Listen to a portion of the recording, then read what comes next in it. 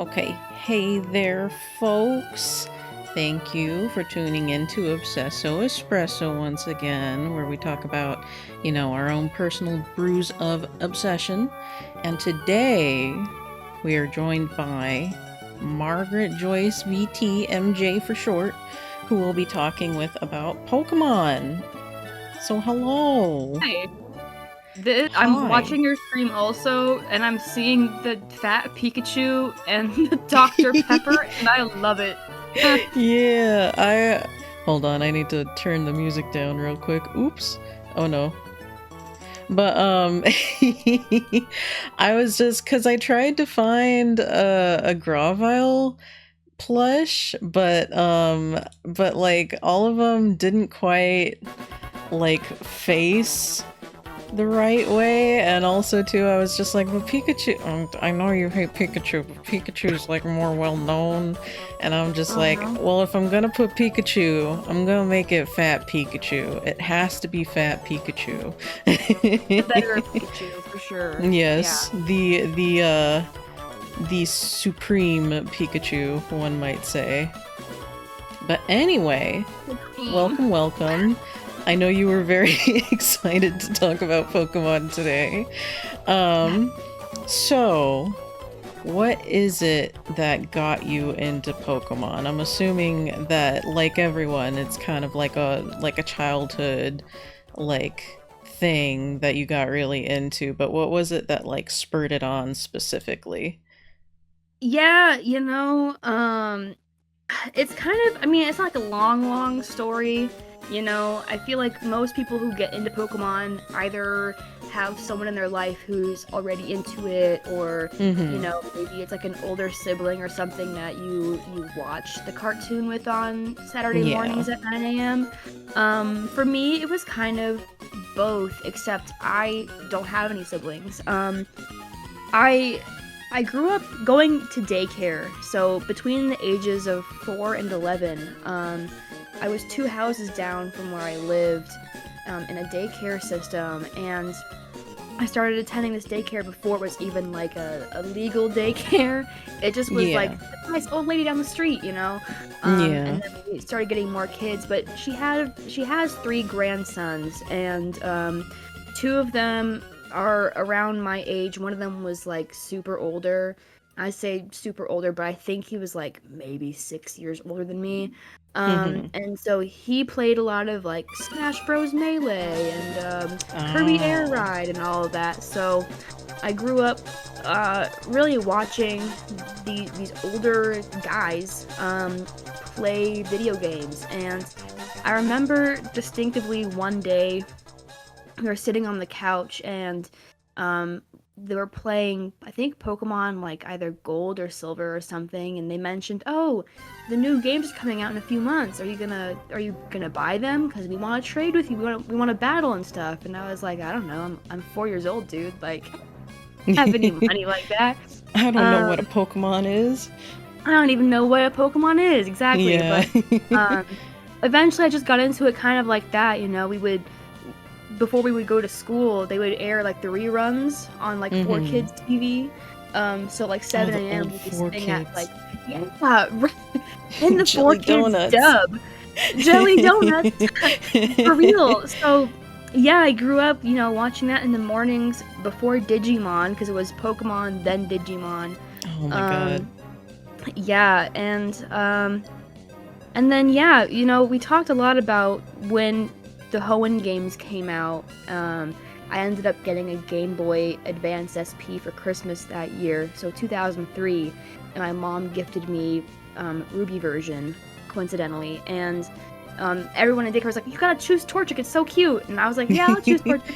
But then I saw that green little dude with those giant yellow eyes, and I was Mm-hmm. like, "No, it's gonna be Trico." So Mm-hmm. that's kind of how I got into it, and I think in the grand scheme of things, these guys didn't just get me into Pokemon, but they had me like now that I'm older, I figured that they've socialized me in a way that's also kind of, not to get too far into it, but You know, that's how I've been socialized into the gender that I've become, whatever the amalgamation of that is. But yeah, all those things, all the above. So that's my humble beginning, I suppose. You know what's so wild is that my first Pokemon game was also Pokemon Ruby. Because my brother had gifted me that like real thick like Nintendo DS, the first gen one that was fat. And he's like, you need some games with it, and so he got me Pokemon Ruby. And my first starter was also Trico. Good. Just The fun indoctrination things to happened think so about. young. I know.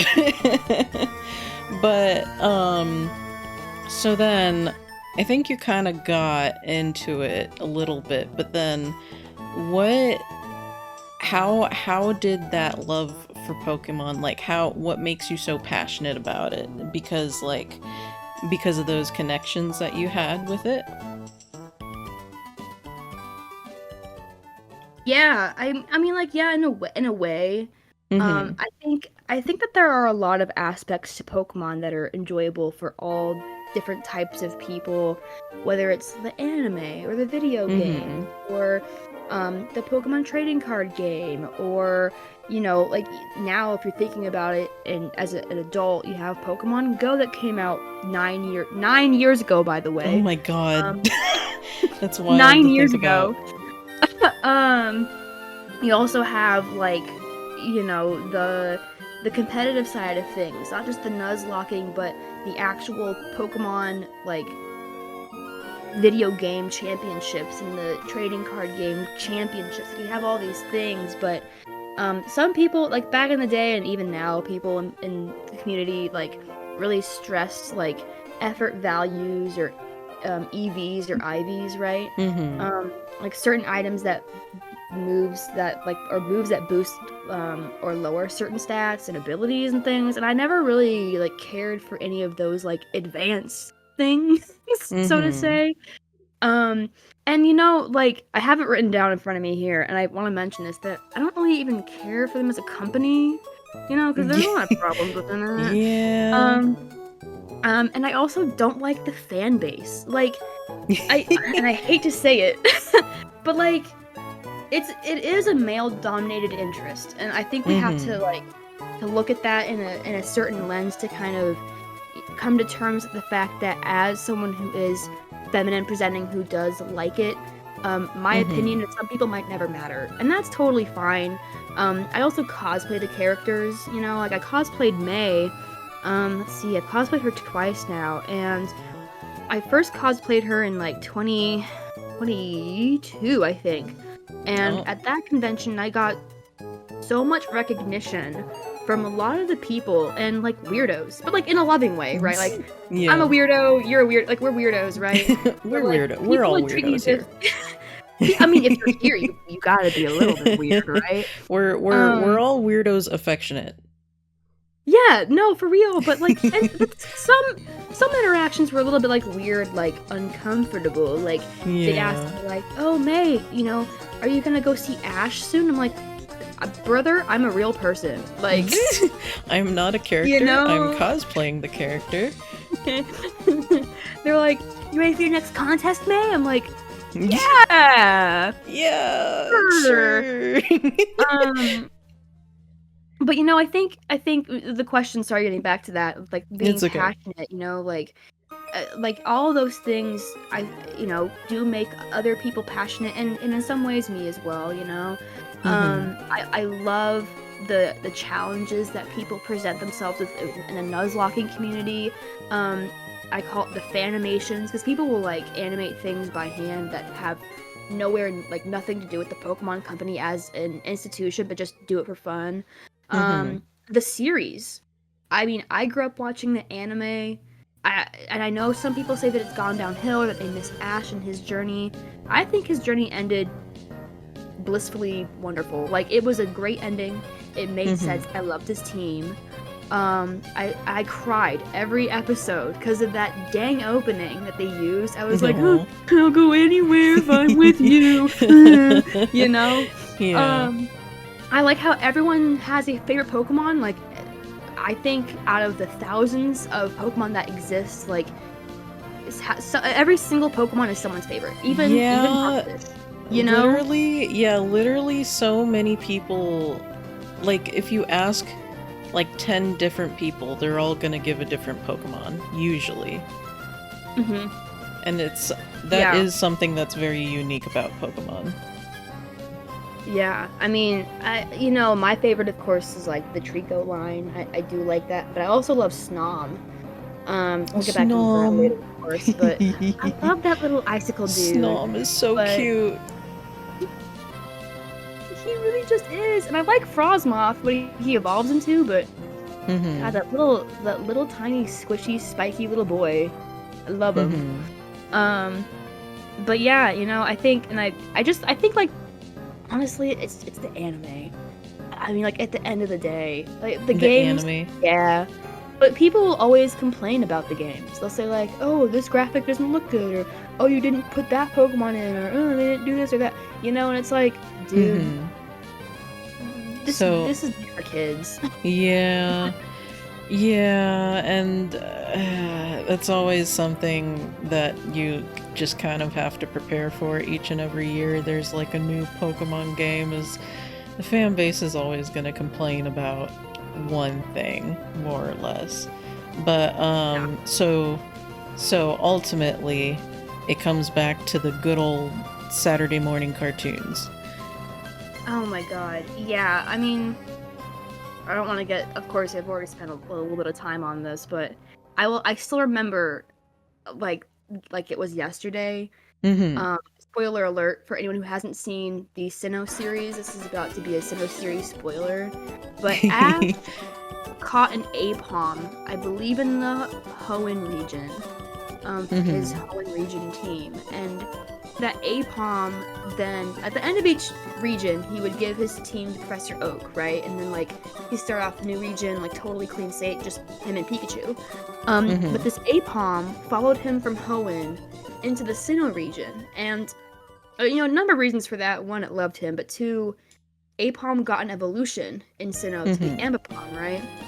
And it had its own character development to the point where when Dawn caught a Buizel and wanted to use Buizel for contests, it didn't want to do contests, so Dawn and Ash traded Apom and Buizel. And so the Apom that followed Ash ended up being Dawn's. She evolved it into Ambipom. It became like a contest star.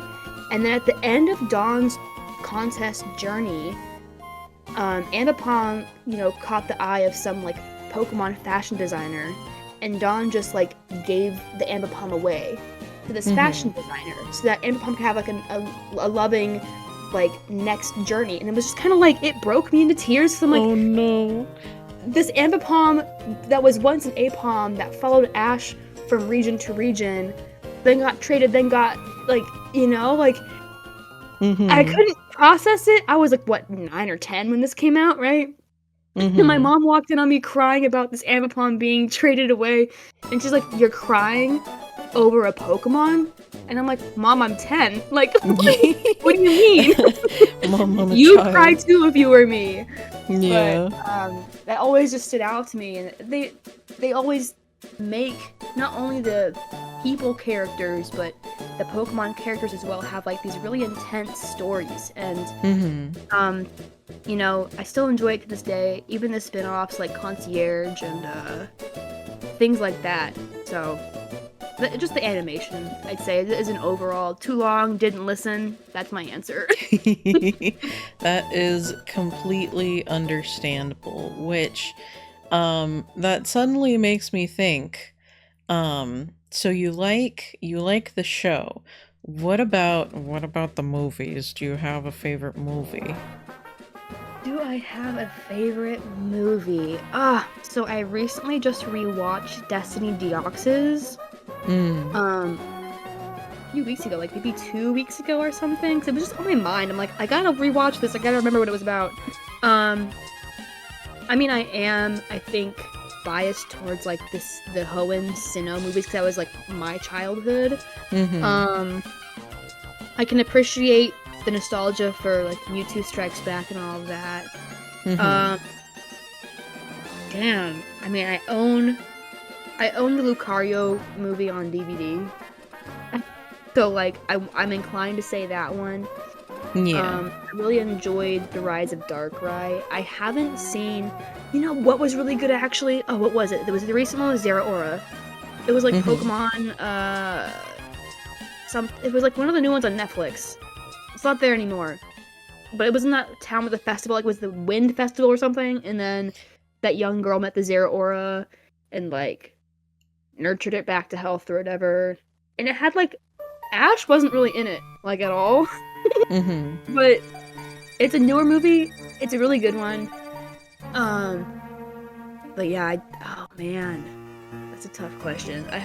Like all of them. I want to say all of them. Yeah, because to be fair, I'm personally only familiar with 3 of them, and there's the first movie in 2000, which I think everyone knows. And then I forget what the name of it was, but it was the one with Ho-Oh, and and it's also the cursed the cursed one where spoilers, Pikachu speaks at the end. What? I remember. What movies are you? Hang on, wait. What movies are you watching? I don't know. I forget what the name of it is, but it's the one Ho-Oh's in, and I remember I saw it in theaters with my friends, and like we Pikachu speaks right at the end of the movie, and we all turn to each other and we're just like, what the hell? Hold on. This I swear this existed. Hold on. It sounds like a fever dream to me. Pokemon movie with Ho-Oh. I'm looking it up. Pokemon movie. Pikachu It was speaks. the remastered version of I Choose You. So it was like the first like couple episodes of the anime remastered into a movie. Okay. Right? Does the year 2017 sound like the correct time period that you saw this in? Yeah, because this was when I was in college, so that sounds about right. I don't think if I've seen it, it must have been either the year it came out or the year right after, because I don't remember Pikachu speaking at the end. What the heck? Yeah, Pikachu has exactly one line, and Pikachu just goes, it's because I want to be with you, and that became a meme with me and my friends for a while. Oh! Actually, you know what? Yeah, now that you mentioned that line, yeah, I remember that. But yeah, because besides that one, the rat can talk. But besides that one, because I actually don't remember that one very well, but I remember the first movie with Mewtwo in it, and then 2000. And I feel like everyone thinks of first movie, especially because it's so sad. I feel like Pokemon is just like full of so many moments like that, where like you were talking with the Apalm, where it just moves you to tears. I'm telling you, I was on the couch like wrapped my little blanket at 9 a.m. Yeah. I didn't even have words. I was just like sobbing. My mom was like, "Why are you crying for?" "Oh, Pokemon." What are really? you crying for? It's like, I don't know, Mom. I'm 10. Okay. Yeah, literally, I was like 10. Yeah. But so speaking of, favorite favorite series, what would you say is like your favorite season or favorite arc of the anime then? I think favorite season. I think it's hard. So I have written this question as favorite game, season, or thing, right? Yeah. Let me find where I put. And I can easily just answer up top of my head, but I want to make sure I'm like not missing something that's important that's written. It's completely understandable. I mean, I think so. Advanced Battle. Yes, the Hoenn series, of course, that's what I grew up with, so that's the nostalgia hit for me. But you have 4 different, of course, every season of Pokemon has a sub-season, right? So you have Pokemon Ruby Sapphire, but then you have Pokemon Advanced Challenge, Pokemon Advanced Battle, Battle Frontier. So I liked the Advanced Battle portion of the Hoenn region series because the theme song is so banger. I mean, I don't even know where we're at in the soundtrack right now, so I'm sorry if this is gonna clash a little bit, but I'm unbeatable, unforgettable, okay? Yeah. I liked May and Max as characters. I wish we got more of them. I liked them better than Misty and Brock, but that's a different convo for a different day. I did stop watching in the Black and White series. I didn't like his rival in Black and White, Trip. He just seemed like an asshole to me. And Paul in the Sinnoh region was also a giant, a raging piece of shit. Can I say that? No. A piece of shit. He Chimchar to a point where even when Ash obtained the Chimchar, it was still so scared of battling that it would freeze up. Because it just didn't want to battle because it was so traumatized from Paul pushing it so hard so that it would activate its Blaze ability. No. So it's traumatizing because it's all these fire types have a horrible trainer. Charmander in the first series gets left behind. Luckily, I don't think anything happened with Cyndaquil or Torchic, but yeah, Chimchar and Tepig, both of those fire types got a really rough start to their journey with the hero team. Yeah, but I mean, I did like Sinnoh. I watched the entirety of Hoenn and the entirety of Sinnoh. So those 2 for Ash's journey, very good. I wish we had a little bit more of the Team Aqua, Team Magma, or Team Galactic participation in those series. But you know what? I want to revise my answer, and I want to say the Ultimate Journeys on Netflix with Go and Chloe. That I see. That season, it ended last year, I think. But I think it really came full circle for Ash and his journey, and even now, not having an Ash-centered Pokemon season, a lot of people were like, "Oh my god, we're not gonna have the main character of Pokemon, the guy." Yeah, right. It's the guy. What's your name? I'm the guy. Yeah, exactly. Get the reference to Spy Kids 3D with the which I may or may not have watched a video essay on the other day. Anyway, continue. Link me it later. Oh my gosh. Yeah. But I like Horizons too. It's a newer series. It follows the journey of Liko and Roy. I think Roy is a descendant of Ash in some way because he just looks very similar to Ash in his personality, and his grandpa's looks like Ash Ketchum. But there are also characters in this series that are in their 20s. Which makes it interesting because Pokemon used to be this kid-centered thing. Yeah. I think parts of it still are, still always should be. But you have Freed and dang, my name. It's been a long day, y'all. But like all these people that are also like in this series are like 25 to 29. I'm also within that age range, so I'm like really identifying with these characters as well. And also, it doesn't make me feel bad for having a little 2D something to look at, you know what I mean?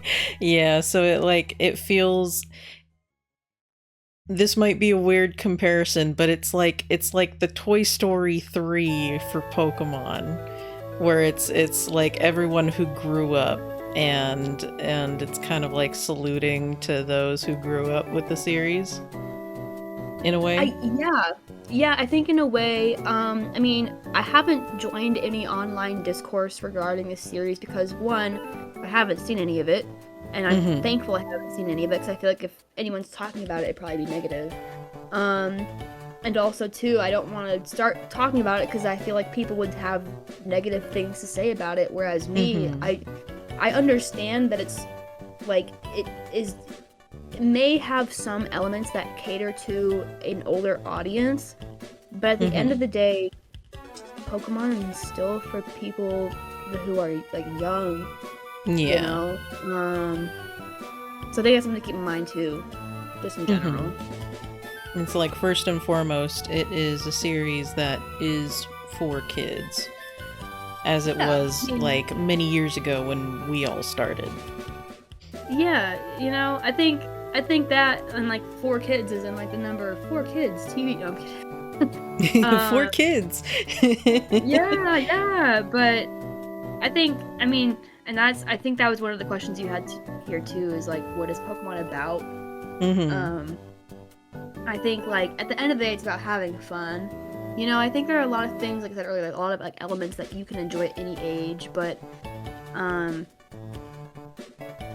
it's just, you gotta remember, like, it's not about going to Target and like buying the 4 ETBs for prismatic evolutions because you want to try to get that Umbreon card and like get your $1,500 payout. It's about like understanding that there's a 7-year-old kid behind you in line who's just looking for a freaking booster pack and the chance to get a card they can take to class to say, look at my shiny Dragapult, you know, like yeah, things like that. Yeah, and that makes a lot of sense. So, speaking of Pokemon, I know that you said that when you got your start with Pokemon, at least with the games, you started with Trico, and your favorite, I know your favorite is Grovyle. Why exactly is your favorite Grovyle? My brother in Christ. I have such an easy answer for that. Like, it doesn't take, I've had this in my brain since like the day it happened. But like, I mean, the franchise also has, you know, the spin-off games. I find the spin-off games so much more fun than the regular ass games. You know? Okay. Pokemon Ranger, both the regular one and especially Shadows of Almia, peak. Pokemon Mystery Dungeon. I've seen you play that on occasion on your stream. Pokemon Mystery, I'm telling you, if you have not played these games, I feel like you're missing out on a essential of life. Of life. I don't know how else to put it. Pokemon explores time and darkness, and I can't give away any of what happens because it's gonna just spoil the entire story of the game. But I will say is that one of the main characters of this game franchise is Grovyle, and the role that this Pokemon plays in those games made me think, like, wow, this is the coolest fucking Pokemon ever. Like, I chose to go like 7 years ago prior to this game coming out, but wow, did I choose like the best one or what? Because it's just like the storyline that it brings out. And if you've played the original Mystery Dungeon games, which is Red and Blue, and they had Red on the Game Boy and Blue on the DS, then that story, I mean, it's a similar shock factor because you'll be playing it, you know, normally as if it's just, oh, you go into these little dungeons, you fight little battles, you gain experience, you save some like lost Pokemon or whatever, and then you go back to your secret base or whatever and you get a prize. You know, like it's just like that's kind of like how it goes for a little bit. But then they hit you with like storyline stuff, and you're like, oh, this Gengar actually is like, oh, you know, even though he's the bad guy, quotes around that, the bad guy of the series, like, he's just a damaged little dude who wants a friend. You know, like, it's things like that that, like, really show you that they put a lot of thought into it. And so, yeah, I gotta say, like, and that Grova, I just can't stop thinking about, like, even if you don't play it, if you can watch a playthrough of it, would recommend. For sure. So it like gives you, I guess, a closer relationship with Pokemon than you usually get in the games, more or less, in the mainline games. Yeah, I mean, mainline games are cool because you get to, you know, like pick a team and like go all the way, but the spin-offs add such a deeper element that I think really adds to the overall feel of not only the franchise, but the connection you have with the series and the people in it. Because if someone says, oh, my favorite game is, you know, Pokemon Black or White 2, like, I get you, and I understand that, because the storyline of those games is immaculate. But if someone says, yeah, my favorite game was, you know, Pokemon Mystery Dungeon, you know, Explorers of Sky, I'm like, oh, you get it. Like, you get it, you know? You understand where I'm coming from. Yeah, for real, yeah. So then, would you say that Mystery Dungeon... So there's several Mystery Dungeon games, right? That's correct, yeah. Okay, so... Would you say that one of the Mystery Dungeon games then is your favorite game out of them?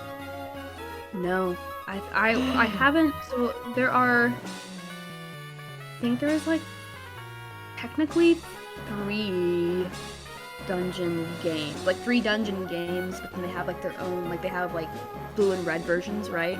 So you have Red and Blue Rescue Team. That was the first iteration. Those were a great introduction. They are, I mean, they're all standalone games, by the way. They're not like storyline where it's like, if you don't play this one, you can't play the next one. That one's really great. I loved that one. Explorers of Time, Darkness, and Sky, really good. Like, there's just no comparison to them. There isn't like a, this one's better than that one. Unless you care about the graphics, I suppose, because, you know, the first ones are always going to be a little more gritty. And like Pokemon offered, because I think that when Red and Blue came out, you were able, it was only Kanto, Johto, Hoenn. But when Explorers of Time Darkness came out, it was, you know, Kanto, Johto, Hoenn, and Sinnoh. And I think they just came out with one that was like Super Mystery Dungeon, and that one has Mega Evolutions in it. But I haven't played that one yet. I'm not sure how to acquire it. So I might be finding that on emulation sometime soon. Who knows? Might be a sailing the 7 seas kind of venture. Arr, matey. Arr, matey. I completely understand that though, because I think I told y'all that I recently finally beat Emerald for the first time. Yeah. Cause like I said, my first Pokemon game was Ruby, but I never actually finished it, because halfway through the game, my game got corrupted. So 3 attempts later, or technically 2 more attempts later of trying to finish it, I finally finished it on an emulator on my phone, so yeah. It do be one of those things where, especially when there's like so many Pokemon games out there, that some of which are like so inaccessible anymore, like the only way to really play them are through It's emulation. online through a yeah. Yeah. I don't even know, because I acquired the Japanese crystal version a few years ago. I also acquired Pokemon Yellow a few years ago as well. And yeah, I love physical media. Like, that's kind of like something I'm really attracted to. I'm also a maximalist, so if there's a trinket, I'm buying it. I feel that. But yeah, but the way that some of these games, like even out of the box, like Pokemon Black and White, I think I saw it going for, in the box it was like $210, and out of it was like still like $180. I'm like, well, why am I paying? You know, like, what's the point? You know. I did recently, and I shouldn't say me, but my partner recently bought me, and I don't remember when I think, was it for Christmas? I don't know if Liam is in chat or not, but for Christmas, around that time, Liam purchased me Explorers of the Sky, which is the third iteration of Explorers of Darkest Time. And that was like $180. God damn. Like I felt bad because I was like, why is it so, like, it's like, just, you know, it's expensive as hell. Yeah. But it doesn't exist anymore. Like, once it's out there, they don't print it anymore. So yeah. I haven't really played it that much. I'm a little bit scared too. It has a save file on it, and I'm like, well, what does this person do? Like, oh, they met Shaman already? Oh no. You know, like, I don't want to delete their save file, but I don't want to delete their nostalgia. But they already, I mean, they got rid of it, so I mean, I should just start the new save file, but I still have bad. I don't know. Yeah, that makes sense. So, going back to, because I know we kind of talked about like favorites for a bit, going back to the favorite Pokemon, on the flip side, what's your disliked Pokemon, and why is it Pikachu? What's your beef with Pikachu? Like, damn it. Okay, well, I'm curious. I think as a Pokemon, and this might get a little controversial, not in like that way, but just kind of like, man, that's a kind of a shit ass opinion. But like, for me, I just hate how much the company pushes Pikachu on us as constituents. Okay. Like, so you're just kind of tired of seeing him, kind of thing. I'm really tired of seeing him. Like, if it were like, you know, a once in a blue moon kind of thing, he doesn't have to be in everything, you guys. Okay, like, you know, he's the part of Pokemon of one of the main characters of the new Pokemon Horizon series. And his nickname is Captain Pikachu. I'm like, you didn't have to give this character a Pikachu, but you still did. In fact, this guy has a Pikachu and a Charizard, and it's like, I get it. You know, I get it, but it's not necessary. I'm tired of buying, like, if I'm gonna go to the store and I see a Pokemon, like, toy set for, like, $17.99, and it has, like, Geodude, Gengar, fucking Dugtrio, or something, I'm like, whoa, that's really cool, because these Pokemon don't get the love and attention they deserve, like Primeape, Shellos. It's like, wow, what a weird case of Pokemon to get. But then there's always that fuck-ass Pikachu. There's always a Pikachu. There's always, at some point, why am I buying a set of Pokemon toys when I only get like one Primeape, one Dugtrio, one Cubone, one Shellos, and then I have 7 of the exact same pose of Pikachu. Oh my God. Want that. I don't want that. Yeah. It's like, someone get him away! Someone take him away! You can put a Pichu or a Raichu. Like, if you want something with the Pikachu line, do something a little bit different. Make him a shiny Pikachu. Make him spiky-eared Pikachu. Or you know, people really fell in love with Mimikyu, who's literally just trying to imitate Pikachu. But even like this past weekend, I went to Little Tokyo, and you know how they had those Pokemon like blind boxes? You can get in one of those stores. Mm-hmm. I got one of those like forest background ones, and there were 9 options, y'all. 9 Oh my options. god. There was like Baneri, Eevee, Palmy, a Cherubi, Combi, you know. Guess what the fuck one I pulled? Oh no. Yeah, Pikachu. Oh no. Like, you're telling me out of the 9 options, I get Pikachu again? Come on. He's Come decided on. to become a menace in your life. It's like, I don't even know. I don't even know. You know, like, why did you do that? So yeah. So, speaking of, you know, collecting little trinkets and everything, I know that you're also into the Pokemon cards. So, what got you into collecting Pokemon cards? And also, do you play the Pokemon game or trading card game? Let me get back. Let me get back to you on that. Yeah. So I think. Let me see. Pokemon TCG. I think I have a lot of, like, if I'm gonna be real about it, I have like a lot of negative feelings towards the Pokemon TCG right now. Yeah. And I think I've kind of have harbored these feelings since probably late 2018. There was a story that came out a few years ago of the reason why a lot of packs in between the years like 2016 and 2019 like didn't have any good pulls, right? Like that's kind of the big talk in the community is getting a good pull.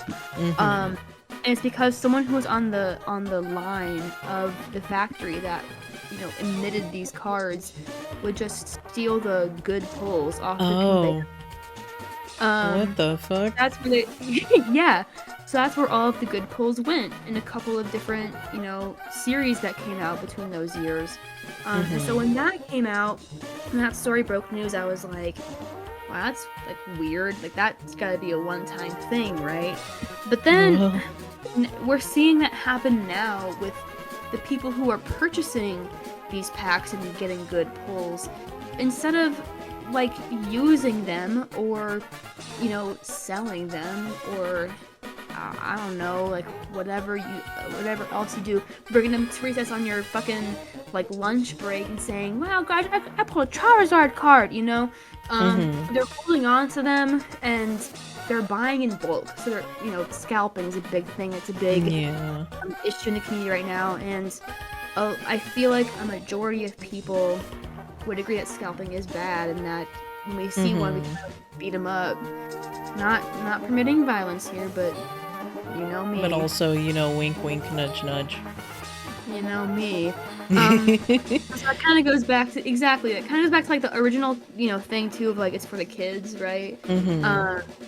It's just like I can't sit here and fully enjoy an activity that so many people are abusing the shit out of. Because I started collecting, let's see, 2004. The first set that I ever owned was the pre-structured EX Deoxys Jetstream themed deck, which featured Wake on the front of it. And I actually got I actually brought those over to a friend's house one time, and their dog's tail like knocked over a glass of water and damaged all my work. Oh no! I still have all of them though. They're still intact. They just had to dry out for a little bit. Okay. But at least that's that good. one I got. Yeah, you know, it was the Ludicolo. It was like the most damaged, and it's in like a top loader in one of my like art binders. And I'm like, I'm never getting rid of you. But it's always like the 50-cent cards that always mean the most to me somehow. Cause it's kind of like, man, this guy doesn't get featured at all, and now here he is, like one time, right? But yeah, I used to play. I played for like a little bit. I'm not an avid player. I know how to play. I have a card mat. I understand how to structure a deck. You know. But don't really care that much about it, to be honest. Yeah. I know they have that feature in the TCG Pocket game, which I also don't have. And everyone who owns it's like, well, why not? You like Pokemon so much. I'm like, yeah, but it's on your phone. I don't know. I have Yeah. phone. I know I've debated getting into it, but I'm just kind of like, but I like having the physical cards. Like, it kind of feels useless to me to look at like a nice shiny card, but it's on my phone. I like the physical card. Yeah, You I know? want to hold it in my hand, hold it up to the sunlight, and be like, ooh, shiny, you know? Yeah. Like, I will say it does look cool. Like, I have watched people open, like, you know, their card packs from the phone game. And it's a cool experience to, like, to be viewing it. Plus, you open, you know, cards per day for free. So that's a, you know, 10 cards these days cost someone $6 to $8 on average, like, for a set. But if you're buying it from a fucking scalper, you're buying it for maybe $15 to $30 per 10 card booster pack. Yeah. Get that for free on your phone is pretty, like, that's a good incentive to get the app. But I just I'm not really into the TCG like that. Like, I'll collect art cards, but Yeah. oh, man. You know, Yeah, I because think going back... Oh, sorry, go ahead. it's okay. I was just gonna say that a little something. I did pull the most expensive card as of right now. Ooh. A couple weeks ago, I did actually pull the Umbreon card that everyone's talking about. I pulled Oh my it like God. raw. And raw, that card costs, I think, like $1,500 or something. God damn. You know, if you're gonna get it graded, if you get a grade 10, it goes up, I think, like $200. But if it's a grade 9, it goes down in price. So it's better just to have the raw card. Yeah, isn't that insane? That is insane. But yeah, I pulled it and I have it, and I'm like, I really do kind of want to sell it. Cause that's a lot of money. Yeah. And I'm sorry, but I like money. I can buy like 3 Switch 2s with that one card, you know? Like, think about that for a minute. Yeah, that makes a lot of sense. But yeah, I like, digress. yeah, going back to like the talk about like scalpers, I know that I'm extremely new to collecting Pokemon cards. I think I literally just started last year. 'Cause I've always been a bit of a card fiend, but like or card game fiend, I should say. I didn't really realize this until about a few years ago. But I was just like, you know what? At the very least, I don't expect to actually play Pokemon against anyone, but I do like the art of the cards, and I would like to collect them.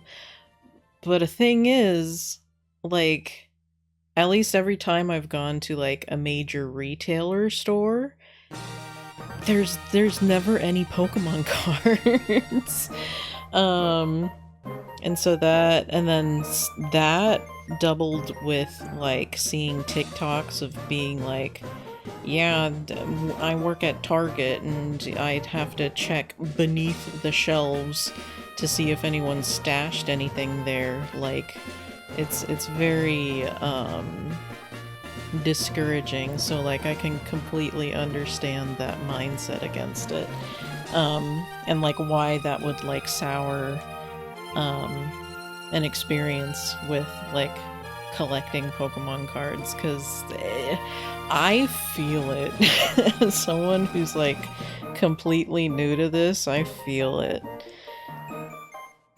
Yeah, it's kind of funny you mentioned the Target employee looking underneath the shelves, because that's how I ended up getting the Umbreon card that everyone's seeking right now. Oh, because they hid it?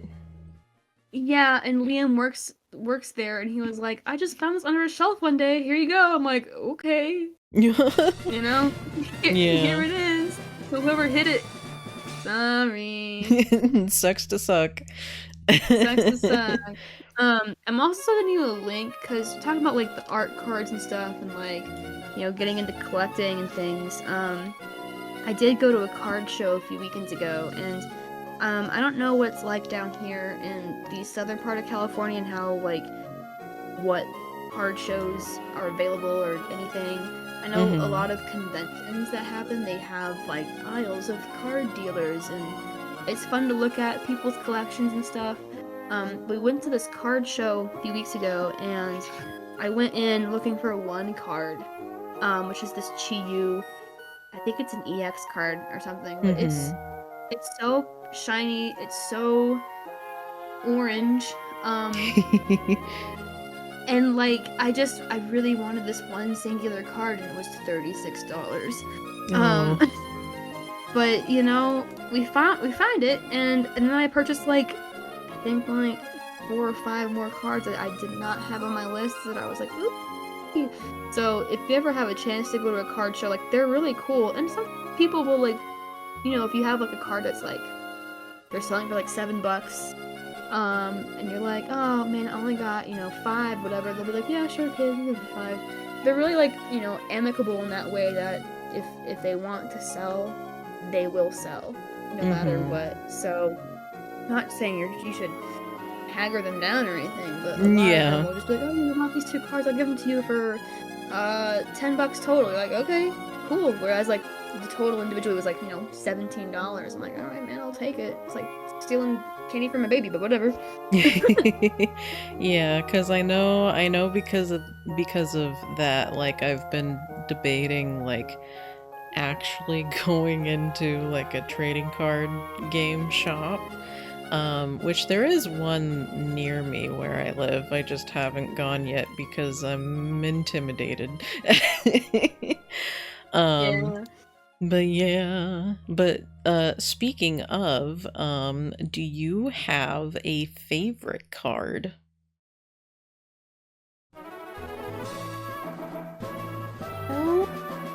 No? I do have it's less of a card, more of a card trio. So Okay. sometimes if you're lucky enough, like certain artists will do like a set, right? So there's this one out there that's like that's a family that has like a tepig, then a pig knight, then an embor that like grows up, and then as they grow up and they have kids, and then it's just this one Pokemon that's evolving as the family also evolves. So that one's like really cool. Something similar to that, and I'm not sure what set it came out in, but there is, I believe it's like a Trubbish, a Manaphy, and an Empoleon. And this little Trubbish just wants to swim, and he makes a little friend in Manaphy. And so the story of these 3 cards is that the Manaphy that this Trubbish meets goes and gets his friend Empoleon, and then Trubbish ends up riding on the back of Empoleon out to sea to like swim with its friend Manaphy. So it's really heartfelt. I love it. Do I have the card number out right now? Because I would love to show you what this is. Hell yeah. I can get the card number and like link it to you. You can pull it up on stream or whatever, and you can see what I'm talking about. Yeah. Let me bring it. Where is it? Oh, you know what? Oh, I think it's in this book. Oh, I think it's in the book at home with my mother. No. 07. Here, am I stupid? The answer is no. yes. I am. Oddish card. I'm gonna look for this if it's the last thing that I do. Trubbish, Manaphy, TCG, RCG, wrong letter. Here it is. It's on Reddit. God. On Reddit. Thank you, Reddit. Blank, copying. I send you the link in our DM. Let me see. Oh, that's so cute. Hold on, let me. I thought it was a Manaphy. My bad. Hold on, let me. I'll show it on stream real quick. Let me. Let me pull it up. Image. Bop. Bop. Image. Here we go. Here y'all go. I'm filling upstream, but okay, I just love it so much because it's like, oh, I wish I were swimming in the water. It's like, oh my god, Fiona's in the water. And then, oh my god, I'm in the water. It's just, like, it's so heartwarming. It's so cute. So, those are my favorite cards, I think, of all time, actually, because they're just so cute. Yeah, those are adorable. In fact, might be Kawaii cards now that I'm thinking about it. It's probably my set. What kind of artists that I'm collecting? I'm collecting an artist's, like, cards, too, so I have, I think, 176 cards currently, and I God damn. Acquire like 200 more or something insane. Yeah. How long have you been collecting cards? Well, I don't want to say. So collecting, I'd say maybe since 2017. With breaks here and there. But when I started first buying cards, I don't think I was in the mindset of being a collector, because I was, you know, like 9. Yeah. So now that I'm older, I understand, like, what effort goes into acquiring certain cards and stuff. I'm like, yeah, I'm a collector now, you know? I started this collection of Kawaii artist cards in 2017. It's only grown. I have a giant binder of it now. But now I'm also starting to collect cards that I just find joy in, and it's their aesthetics, or because back in the day, they didn't have what they call SIRs, which is like the secret illustrative rare, you know, like they used to just have full art cards, which you just call, oh, it's a full art. But now you have a full art, and you also have the secret illustrative rare. So, and I'm not sure if you remember this, but like back in like, I want to say 2010, people used to just paint over Pokemon cards and make. That's what the SIRs are doing.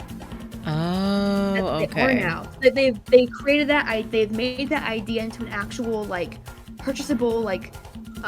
Capitalistic gain, if you will. I see. That's what's happening with those now. Those are the art cards that people used to paint over with, like, the apple barrel acrylic paint, are now the creative rares of today. Okay. That makes sense. Yeah, because I remember seeing videos of those and just being like, oh, that's so interesting. Just, like, I feel like I would feel bad personally for painting over a Pokemon card, but like just the at the time the concept of just full art back then, like that painted over, like, was really, really cool.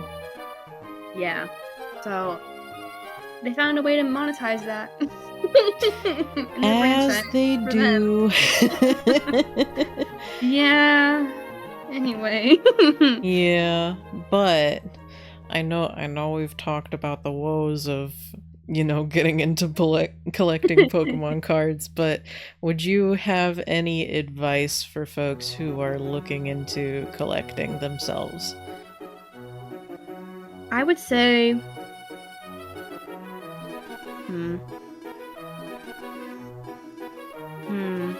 I think if you're gonna get into collecting Pokemon cards, the easiest way to start would probably be to find a Pokemon you like already, and then look up to see what kind of cards your Pokemon has. Not a lot of Pokemon have cards, or if they do, maybe it's just 1 or 2. Like, I think either it was Skiddo or Go-Goat, who came out in the X and Y series, only ever had like 1 card until recently. And then they now have like 2 cards, like out of the millions of cards produced, right? Damn. And so I think that'd probably be like the best way to start, and then seeing like how much that card costs. That's one way to do it. You can also do it by like artist. which is what I've been doing with the artist Kawaii. Another cool artist is Akira Agawa. They have a nice painterly style. Are also artists of cards who do like crochet Pokemon or clay Pokemon. Oh. Those are cool too. So if you want to do collection, there are different like mediums of the card, you know, like that you can choose what part of it you want to collect. I don't think at this time I can recommend anyone just going out and buying whatever is available, because they are hard to come by unless one of your stores has one of those Pokemon Center machines put into it. And even then it's hard to come by. Like you're saying, you can't just walk into a store anymore and walk out with the booster pack. You gotta know what time the store opens. You gotta know when they get their shipments, and you gotta know who the stock person is that day. You gotta you have to know the ins and outs. And unless you're willing to spend that kind of time and effort doing it, personally, I don't see that part of it being worth it. You know, if you can find a Elite Trainer box for $40, then that's a good deal. You get 8 packs in it. But I'd say going to a card show or a convention that has like card dealers and seeing cool cards, then you can easily get into it that way with just the singles. That's kind of what I'd recommend, at least. Yeah, that makes a lot of sense. Just basically building, like starting small and then building out from there. Yeah, I mean, because maybe someone like wants to do like, oh, I want to have all pink Pokemon. You know, like maybe that's your collection. It's like, I want to have cute. Like, all the pink cards, right? Like, oh, I want to have all the baby Pokemon, like Pichu, Happiny, Fonzie, or like something like that. Then you have like a starting point of like a goal. But if you just start getting like booster packs, like, oh, what should I collect? It's gonna be a harder time, because you're gonna have a harder time finding the packs to begin with, in my personal opinion. And that honestly, that I will definitely keep that in mind going forward, considering, you know, as we've said, it's like so hard to just get plain booster packs anymore. But that's some real good advice.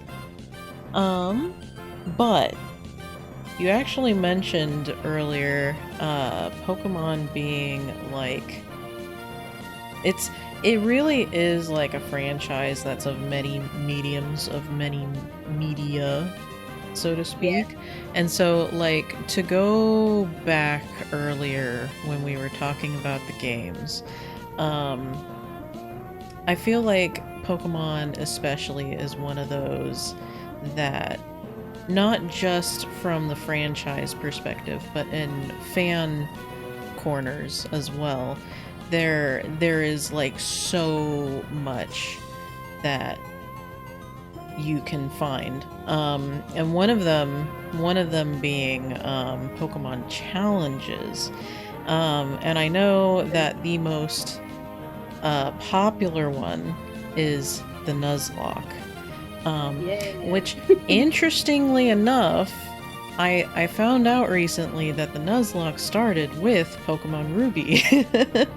So, I know you've done Nuzlocks before. What was it specifically that like got you into Nuzlocks in the first place? You know, it's so funny. I've never finished a Nuzlocke I've started. I've never been able to like see it all the way through. I think my first time Nuzlocking, so I think I've started like 3 or 4 of them. I started one for BDSP. I started one for Scarlet and Violet. No. Sword and Shield. I started one for Sword and Shield. Started one for Leaf Green, and I started one for Emerald Kaizo, which is the one I played on stream when I was first starting out, right? Yeah, and, I saw that one. Yeah, and all these Nuzlocks, I did like the standard set of rules, right? So no items, like in battle, so you can't use like potions, you can't use like X speeds or anything, like all of those like X type of stuff. You're allowed to have your Pokemon hold a berry, but they, I don't think they're allowed to hold like a focus sash or any of those kinds of items. You have to nickname all of them so you can grow attached to them, so that when they faint, they die, you feel bad. Also, when they faint, they die. You always catch the first Pokemon on the route, no matter what it is, unless it's a duplicate that you can, pass it up. But I've never played a game all the way through with those rules, because I don't like those rules. And I probably have a point to this. I think that it's important to understand that a Nuzlocke is just at the end of the day, it is just a challenge that is self-imposed on however you're gonna find the game's most fun. And I started watching Nuzlocks from the creator P-Chow, formerly known as Pokemon Challenges on YouTube, but I didn't start watching him as him. I found him through actually Jaden Animations. If you know Jaden Animations, then yeah, I'm talking about. And she created a Pokemon Ruby Nuzlocke. So I think that ties into your spiel about how that game was the first Nuzlocke. So she did a Nuzlocke with that game, and then Pokemon Challenges reacted to that video, and in his reaction said, actually you should have done this, or this would have been better as a move, or whatever. So I watched the reaction to her video, then I watched her video, and then I watched Pokemon Challenges stream on Twitch. So it was kind of like a kind of reverse domino effect in a way, Yeah. But yeah, I don't know really how to answer, because I've never really finished one that I've started. I mean, to be fair, most of the content that I've seen around Nuzlocks, I personally, as someone who doesn't like watch a lot of Pokemon content, the few Nuzlocks that I have seen have never like fully finished out. Like they've always like ended pretty abruptly at one point or another, usually at a gym. So it's like it's fine. It's understandable. It is called like Pokemon hard mode for a reason, so yeah. But I think eventually I do want to do like a grass type only run, because in the Pokemon community, like the video game championship community or whatever, and the Nuzlocke community as well, everyone knows that grass types are like one of the weakest types, and that's just on a generic, because they're weak against flying, ice, fire, psychic, fighting, I think, like all these, poison, right? And so they're like kind of like the worst type to use, because they have 7 weaknesses. Which makes me kind of want to, as someone who loves grass types, I'm like, what if I just did a Nuzlocke that's just like all grass types? Like, what if I just said fuck you and did all grass types? yes, like fuck you all grass types, right? So yeah. I think like my next endeavor might just be that, because it sounds fun to me. It's a little middle finger to those who say I can't, Yeah. Which I was gonna ask if there were like any other like self-imposed challenges that you do like, or any that you would like to try. So there's the one of them is the grass type, the mono grass type then. Yeah, I think also, and I know the question's coming up about like dream Pokemon games. This kind of does tie into that a little bit in a way. I do want to try a game where instead of beating the Elite Four in Pokemon League, I do the contest route instead. Ooh. And just do all the like beauty, cool, cute, tough. That would be cute. I want to do that and have like be a contest coordinator, and I think my dream game would have those kinds of options. And they did implement some facade of choice in Scarlet and Violet, where it's like, oh, like, you have the Nemona route where you become the Pokemon champion, then you have the Penny route where you become, like, you beat Team Star or whatever, right? And then you have the Arwen route where you do the Titan Pokemon. But, like, at the end of the game, you have to do all of those routes to get to, like, the solution, right? So even though they say, oh, you can choose whatever you want to do, it's like, yeah, but I still gotta do the other things too. Yeah. I want a game where I get to choose and just, like, choice and that's it, you know? It's like, I'm the one making the choices here. I'm not on, like, a set path towards a certain destination. Yeah. Yeah. That makes a lot of sense. So we've talked about so many different aspects of Pokemon. Which I feel like that makes the question of what's a good starting point kind of difficult, since there are, like, so many ways that you can get into Pokemon. But what would you personally say or recommend as, like, for anyone who mayhaps, like, I guess if they want to get into the games, or more so maybe the anime, since, like, that's more your favorite thing of Pokemon, what would be a good starting point for that? Well, no matter how many times I kind of, like, talk shit about Kanto, I think it's still, like, Gen 1ers, and how annoying they can be. I think that it's still, like, do you know what I mean, though? Because people are like, oh, what's your favorite? You're like, oh, it's Charizard. It's like, bro, be a little more original. Like, Charizard's like been everyone's choosing Charizard. Game. Yeah. Like, it's been 30 years. Charizard and Pikachu have both been in every single game, and they are the only Pokemon that have been in every single game since 30 years ago. But I think Kanto, thank you. You know what? I'm gonna flip my hair for that one.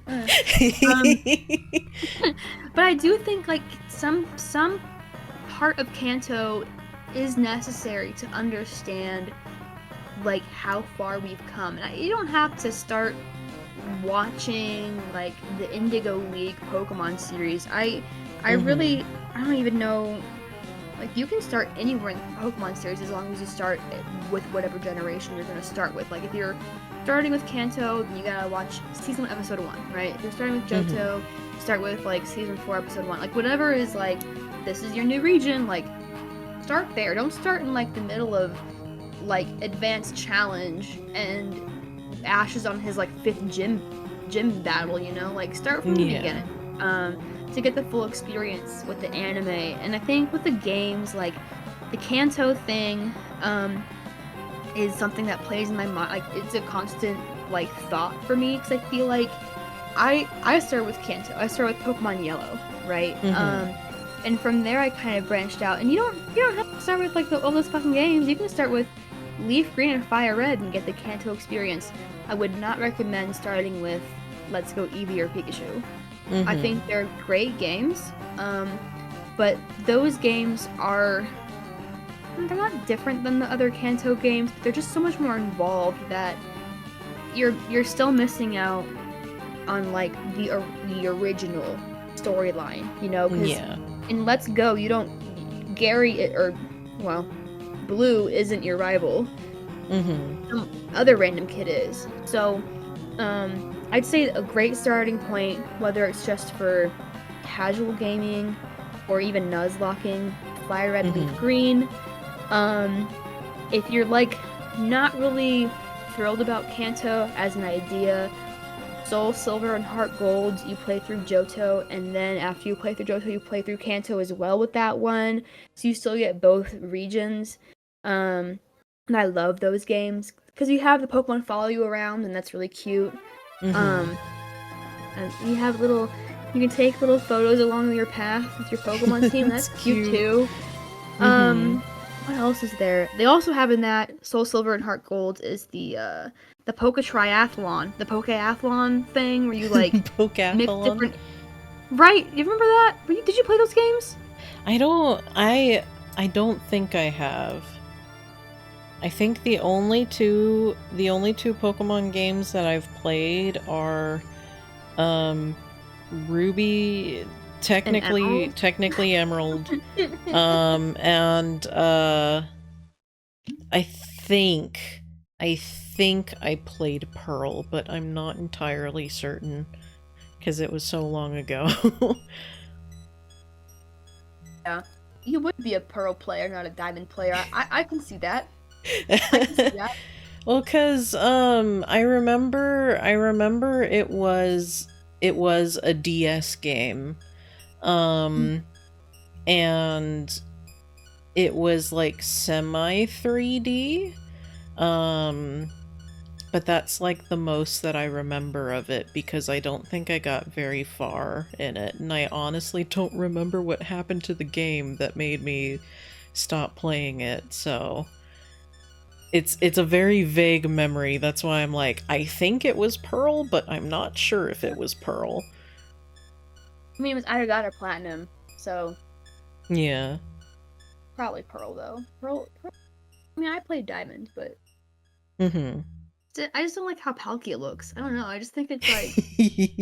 When I first saw it, I was like, oh, this is supposed to be like one of the box legendaries, and it looks kinda... It doesn't look as cool as Groudon, so I'm gonna check that out good. It's like, man, this one looks lame. It's like a little bit. I mean, you're picking like a winged creature over a fucking like time horse. Okay, but I'm not gonna judge. I don't judge. Mm-hmm. Yeah. But yeah, I think that's kind of like I'd say if you were to start somewhere, some people might say, oh, you should always start on like the third game. So like. They might tell you should start with Emerald or you should start with... Because there's like no reason to play the original games if you have one that's, the third iteration and made better. Like Platinum or Ultra Sun, Ultra Moon. People might say to play that one instead. And that's fine if people are interested in getting like, a little bit more game for their game, if that makes any sense, then that's fine. But I do kind of like, and I shouldn't say playing them in order, but like understanding the beginnings of something to appreciate where it ended up. I think is kind of what ultimately is what's really important. So, yeah, Leaf Green Fire Red would probably be my 2 cents on like if you were to get involved in the game, that's where you should start if possible. And if you don't have the means of playing those games, then honestly, pick anything that's available to you and play that. Who cares? They're just games, Yeah, that makes a lot of sense. Because like I think especially too, it has like that core. I feel like Fire Red and Leaf Green, that's the one where it's like that core rivalry comes in too, right? Of like the you and your rival character.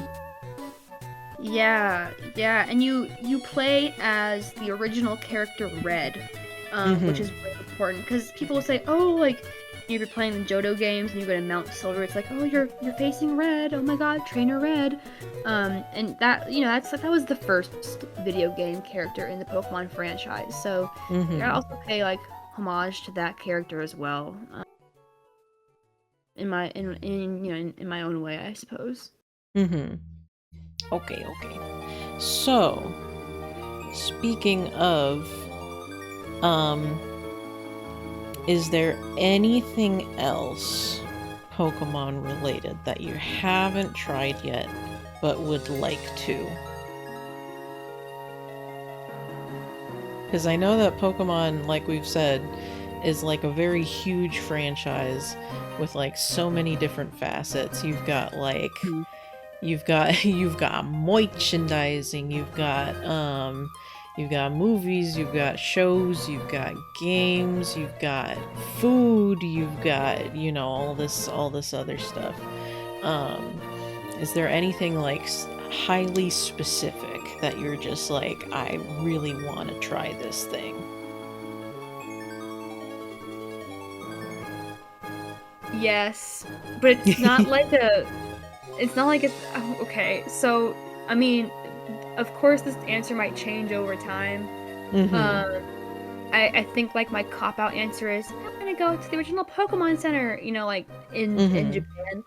But I also eventually, if I ever do get the chance to fly to Japan and get a passport and go in that direction, there's only one way to do it, by airplane.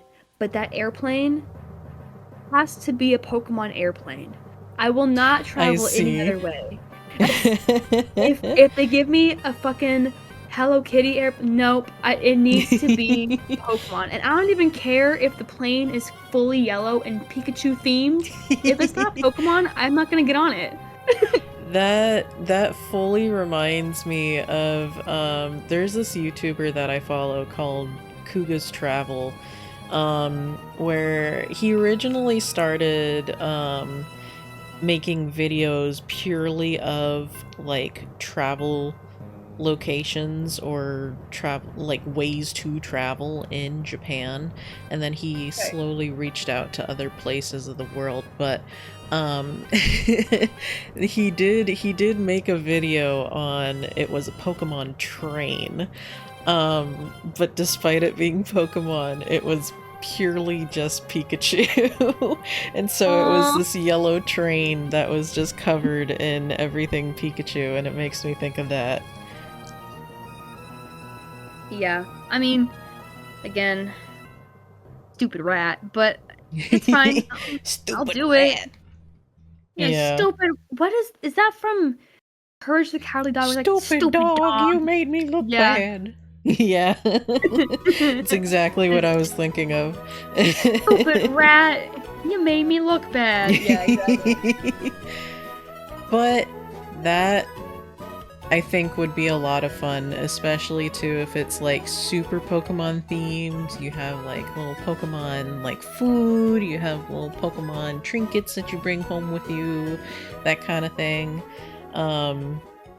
Then again, I'm a sucker for a themed experience. I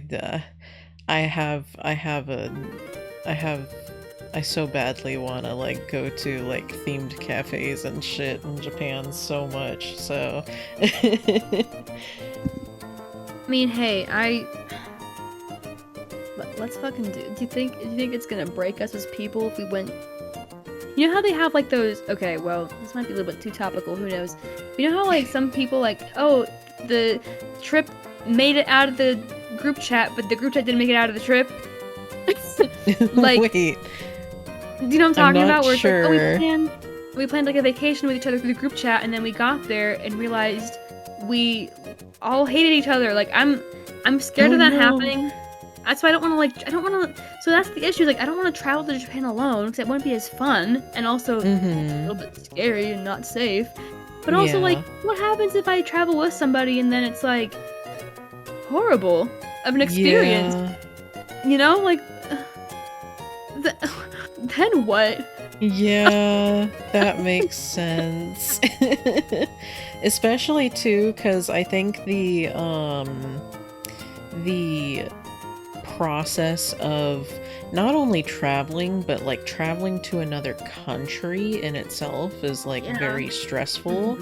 And like people react differently under stress, and yeah, that is a completely valid fear. You can start your own little manga. It's like or your own little like isekai where I traveled with my friend to a different country, and then it's like the first scene is like in a love, like they get to the country and it's like a love hotel, and it's like, who booked this hotel? I didn't. No, you did. And they're like, they sleep in the same bed but like on opposite sides of it. They're like, what the fuck are you doing here? And like, you know, like something really, I don't know where that. You know what? Actually, I'm splitting up. I don't know where that came from. The opposite of right? There's only one bed. It's, oh, there's several beds. They're all sleeping separately because they hate each other. There's a pull-out couch and an airbed, and they're using both of those, but not the actual mattress. Yeah. They're sleeping in the desk chair. Oh my god. No. Okay. Well, anyway, any last thoughts about Pokemon that you would like to share? You know what? Mm-hmm. I think we really got into it. We really just I don't know if I feel like I covered everything. But I feel like once we get out of this, I'm gonna be like, oh no, I forgot to talk about this one really key point. It always happens like that. It's just Another thing.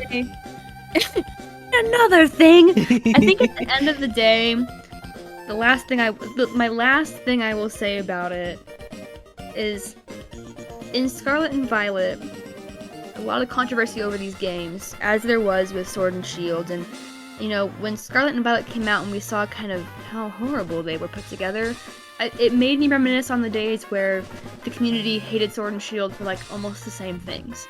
And so I think that every time a new iteration of a game comes out, the community is going to hate on something because they find a lot of fun hating something.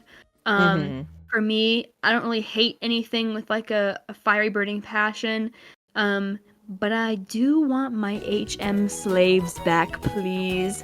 I do not want to have another Pokemon on my team, or like have Pokemon that have like certain duties. Like I think in Sword and Shield, you could take like I don't know what it was called, but the Corviknight taxi. That was fun. That was fine. Bring flying back. Bring surf back. I want to have a B-Barrel in my party and have it know nothing but HM moves until the end of the game, where I put it in a box and never see it again. Like, I just, you know... That sounds really bizarre, but that's the one thing I want back, are hidden moves. I feel like personally, if they could, because I know there have been times, then again, this is me planning poorly whenever I've played Emerald, but like, if you could have HM moves, but you can like have them forget the moves as well without having to go to that guy that like removes moves for you. Removes moves. It's like that would be nice as well. Yeah. I agree. But, yeah. But anyway, thank you for joining me today and yapping about Pokemon. It was a lot of fun learning about, like, we talked about practically everything Pokemon. I can talk about it for days, so whenever you want to do this again, just call me up, I'll yap. Yeah, because like I said, it's one of those franchises where it literally dips its toes in just about everything, so there's a lot to talk about. But thank you so much for hanging out with me today and talking about Pokemon. It was a lot of fun. And folks, if you wanna follow MJ, here you go. Giving a shout out to MJ. Hold on. I could also do it this way as well. A hee hee hoo hoo. Oh, well, Mix It Up bot doesn't want to work right now, I guess. Hold on. Oops. I have it working! I have it up, what the hell? I think since maybe early March. So I will get back into it eventually, hopefully by the end of May.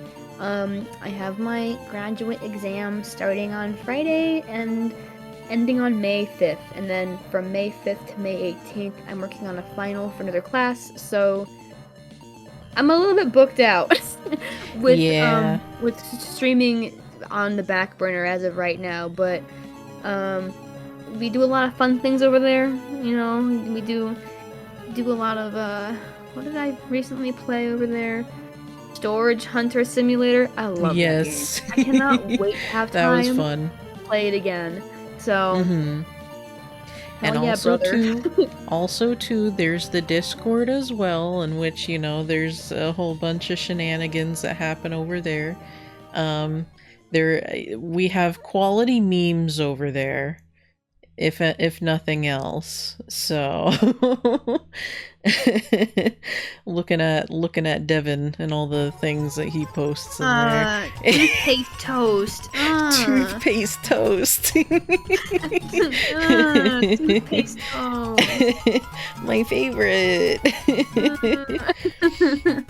But anyway, once again, thank you for joining. I think I see Cheesecake playing Dead by Daylight. I don't think we've raided into Cheesecake yet. So, Devin with the cursed shit. Hell yeah. But anyway, here is... Will it do it? Will it do it? Hold on. No raid message for you, it said. Aha! It's letting me do it. Okay. So here's a raid message if you don't have a sub, and here it is if you do.